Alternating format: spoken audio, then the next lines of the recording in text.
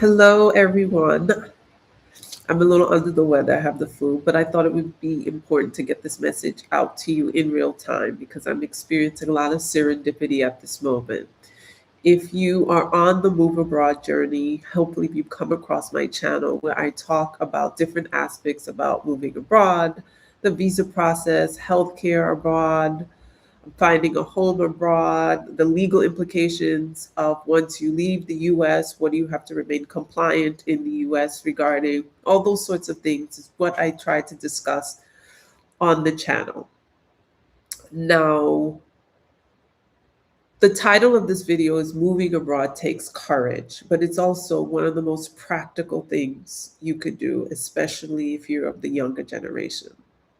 If you've been following my channel, you saw a year ago that I purchased a home in Italy, close to Pescara, which is on the eastern coast of Italy, on the Adriatic coast. And I purchased it for less than 50,000 US dollars.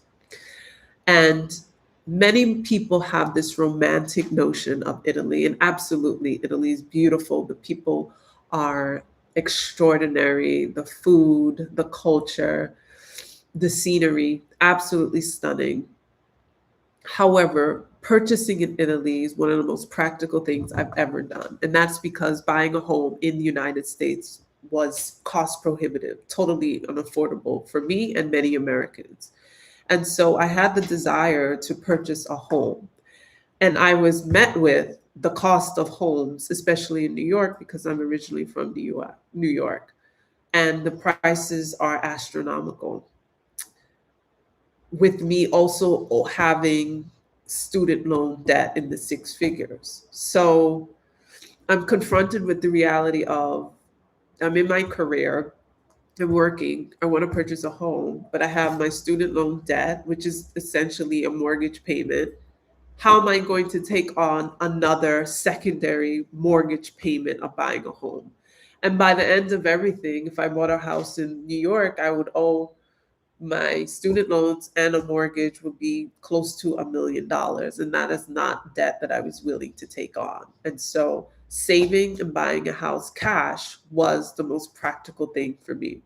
So I worked 10, 12 hours a day, saved every dollar to be able to purchase in Italy. Now, the house needs work. If you look at my other videos, you'll see the structures are good. The walls, the roof, that doesn't need to be renovated, but new bathroom, new kitchen, change the floors, new pipes, those that has to be done. But it's still cheaper than if I purchased in the US. And so it was a practical step, it was a practical measure for me and my family.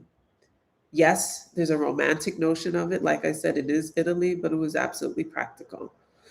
And so if you are watching this and you are trying to figure out your future and perhaps you're thinking about moving abroad, it is a practical thing to do because essentially there's nothing left for us in the US.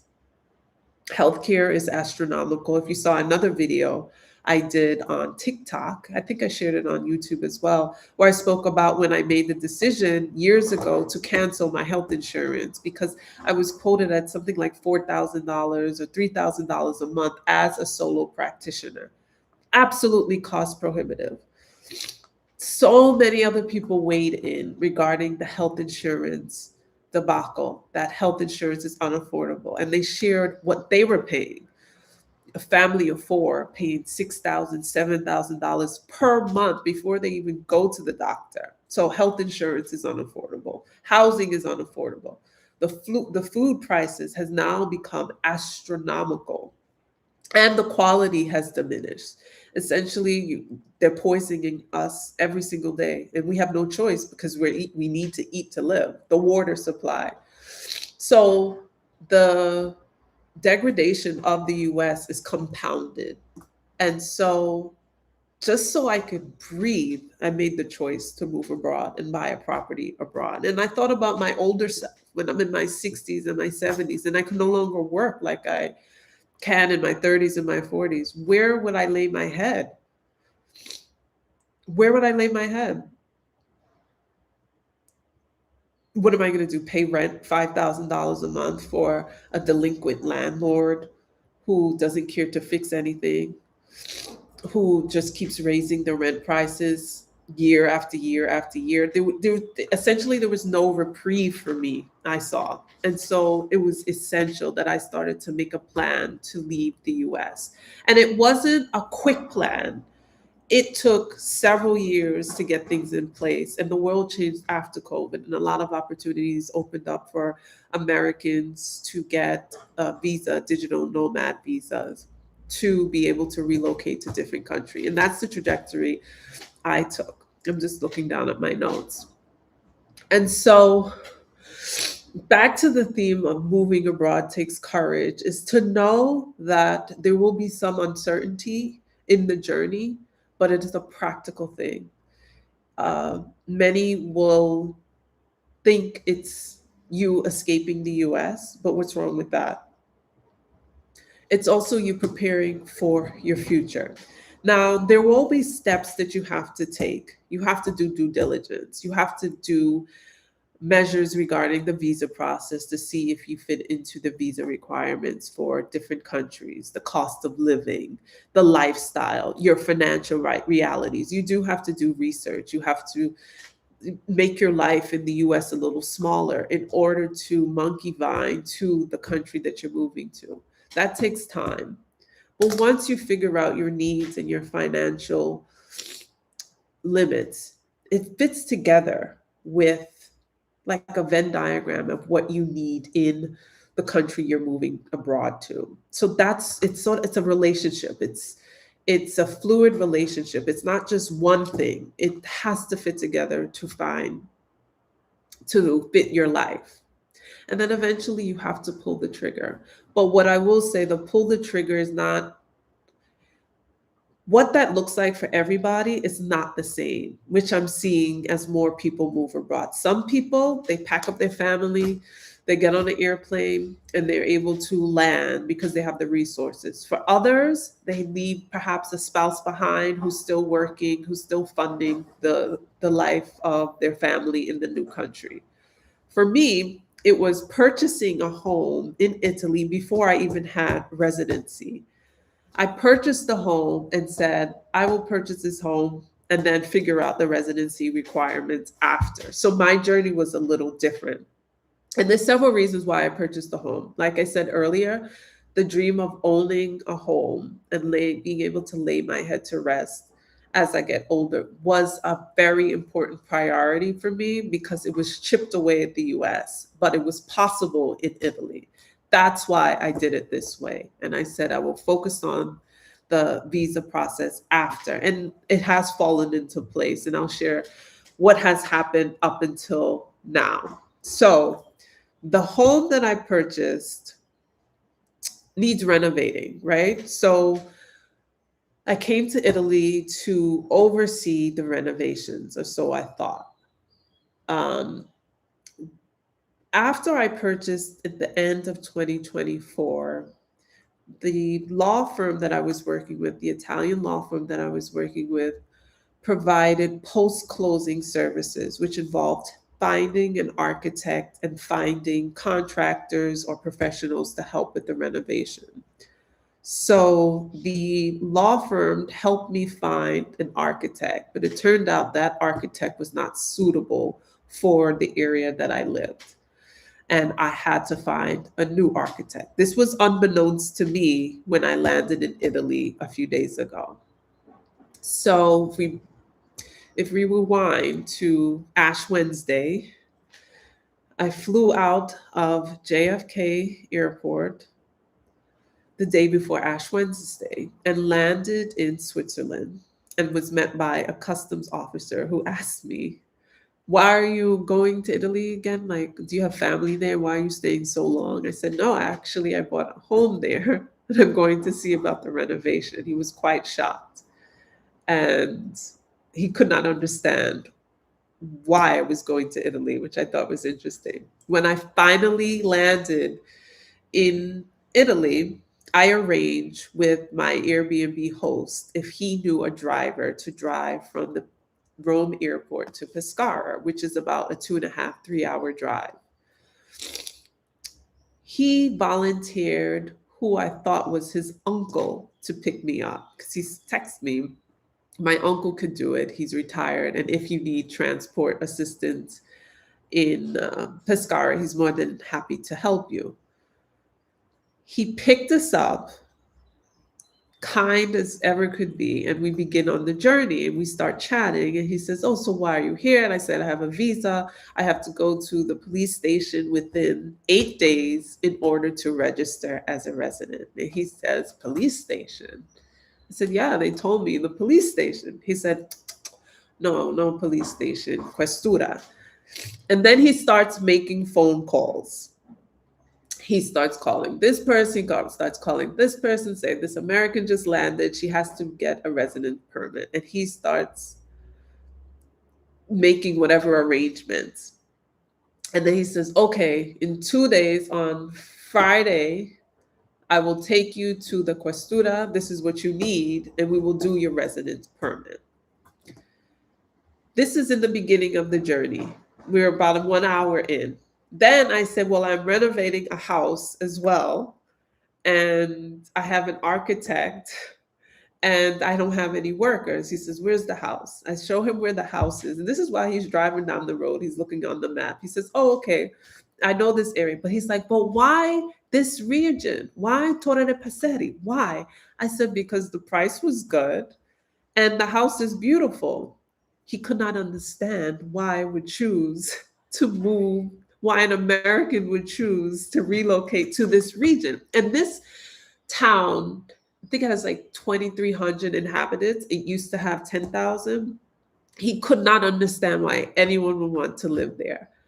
But once he saw the house, he's like, the panoramic views, it's beautiful. The house is beautiful. Then he started to understand. Then I started to explain to him the life in the US is very difficult and expensive. I said, health insurance is astronomical. The house prices are ridiculous. And a lot of them are ugly. So that didn't leave me a lot of options in terms of quality of life. So I had to think about buying property abroad. So he finds this fascinating. So we continue, and he says, he calls his friends. They meet us at the house. Now, I thought he was going to take us to the Airbnb. He takes us straight to the house where we're met with an electrician, contractor, and someone else. They met us there. This is now 6, 7 o'clock at night. And they start with the flashlights looking around the house that they could do this, they could do that. He knows these men because they've done previous work with them. They're legitimate. And I felt such relief that I took the step and God took 2 steps toward me, that these men will help me with my project and tell me what I needed to do. And so today I had another meeting with another architect that he found, because remember I told you that the previous architect was not suitable. So this architect came, he will give me a plan of where to begin. So all of this converged in a sort of serendipitous moment that I didn't imagine, but it took courage even just for me to land here and to trust this man.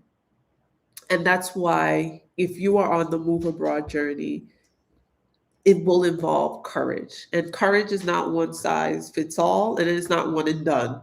At every step, it's going to take courage, and you're going to have to muster up different courage depending on the circumstances.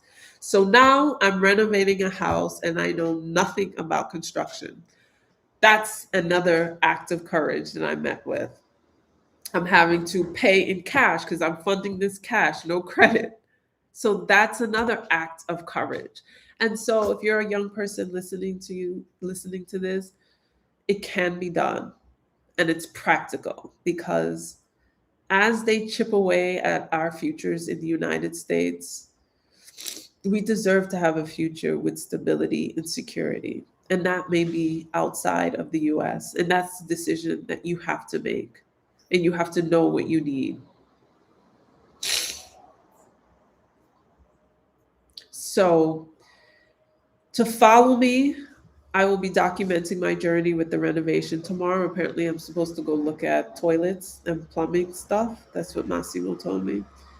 And so I have a course that prepares people on the Move Abroad journey, not only discussing the visa process, but also tax compliance, because you do have to remain compliant with US obligations, how to access healthcare, how to deal with international healthcare, estate planning, because if you buy property abroad, you want to be aware of doing appropriate estate planning for your foreign properties. Owning a foreign business abroad also requires a certain level of tax reporting. And you want to also make sure you're meeting your obligation of severing state ties, especially if you're in a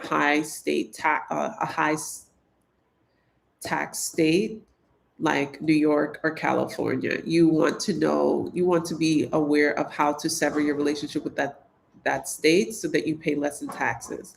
So I walk you through this in my Move Abroad course, and there's even some bonus modules if you're moving abroad and you have a disability, or if you have a family member that has a disability. There's some countries that are more appropriate for moving abroad with a person who has a disability. Um, it's a really rich course. If you don't know where to begin, that's a good place to start. I will link it in the description box. Also, I do want to mention that I recently released a book in the end of 2025. It's called Chaos to Clarity, and it walks you through estate planning for people who think they don't need it. And this book is really for, especially for people who are moving abroad, to think about getting their ducks in order before they take a leap. Moving abroad has a lot of moving parts, and it's hard to have a system that lays out what you need to do before you move abroad. And I've laid it out in this book. It's available on Amazon and Barnes and Nobles. So if you're interested in any of those um, resources, they will be linked in the description box. Let me know if you have any questions regarding the move abroad. I will be sure to update you regarding the contractors and the new steps that I take. And if you were curious about this region of Italy, it's Pescara. Again, it's on the eastern seaboard. I'm more than happy to speak with you and consult with you if you are interested. I will see you next time. Thanks again. I'm going to go rest my voice.